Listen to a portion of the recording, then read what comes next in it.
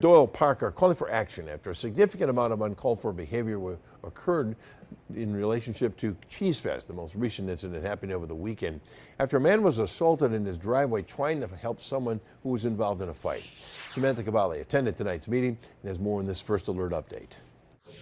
A call for change Wednesday night during the Village of Little Chute's board meeting after a man was assaulted by a group of young adults in his driveway Sunday morning. At the time of the assault, the Great Wisconsin Cheese Festival was letting out at nearby Doyle Park. We dread it every year. Residents Jake Marks and Charles Reardon spoke in front of the board during public comment, pleading their concerns. Reardon providing this list to the board of reports from other neighbors with complaints of people urinating in their yards, doing drugs, littering, and destroying property. We have sent messages to the people in charge of Cheese Fest before, as well as filed police reports before, but we just feel like nothing's really being done to address the issue.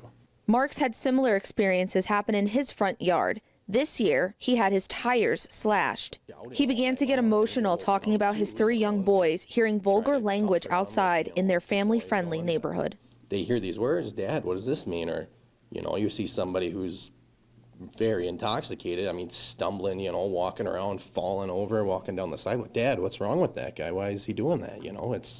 They shouldn't have to see that. Because this topic of discussion was not on the agenda for the meeting, board members were not able to respond to Marks and Reardon's comments. We just got to find a happy medium. It can't be run the way it's currently being run. The village says at this time they cannot comment on the incident as it is still an active investigation. In Little Chute, Samantha Cavalli, Action 2 News. A GoFundMe that identifies the victim as Keith Kempen has been set up by his family to help pay for medical bills. Unfortunately, we have blurred the photo used because it is graphic. If you'd like to help out, you can do so by visiting WBAY.com/links.